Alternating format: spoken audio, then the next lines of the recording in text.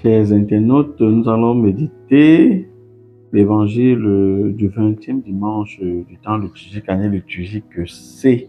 Évangile de Jésus-Christ selon Saint Luc au chapitre 12, versets 49 à 53. Jésus dit à ses disciples, « Je suis venu apporter un feu sur la terre, et comme je voudrais qu'il soit déjà allumé. » Le feu dont il est question dans cet évangile est un feu qui nous pousse à avoir un zèle pour la parole de Dieu. Dans la Bible, nous avons deux sortes de feux. Le premier, qui est négatif, qui représente la gêne, c'est un feu qui consume, qui détruit, qui dénature, qui provoque un désastre, voilà, comme les incendies dans nos villes aujourd'hui. Nous avons des incendies en Europe à cause de la sécheresse. Et à côté de ce feu, il y a un feu qui symbolise la présence divine. Ce feu, à la différence de l'autre, est un feu qui ne ravage pas, mais un feu qui génère une volonté et qui procure une force.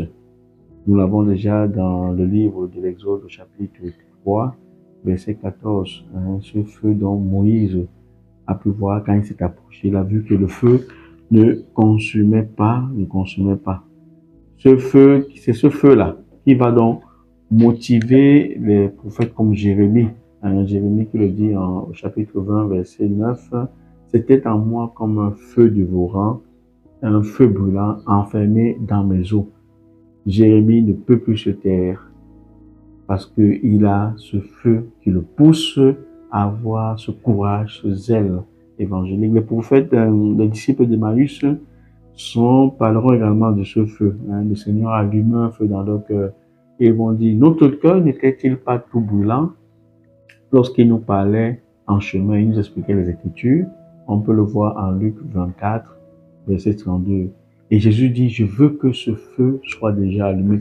Ce feu doit être allumé déjà dans ton cœur. Toi qui écoutes cette méditation, c'est ce désir qui, au cours de l'histoire de l'Église, va susciter au sein de l'Église des témoins, des gens, de nombreux saints qui vont avoir le cœur tout brûlant pour annoncer la parole de Dieu.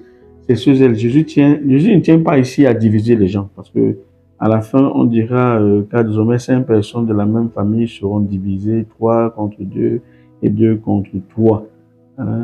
La paix qu'il veut, il dit, je ne suis pas, la paix que le Christ veut, ce n'est pas une paix de cimetière, ce n'est pas une paix de neutralité, ce n'est non plus une paix qui invite à s'arranger à n'importe quel prix.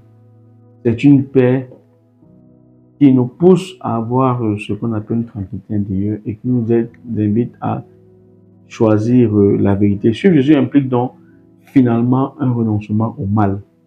C'est un choix du bien, même si cela peut nous pousser à couper des liens familiaux.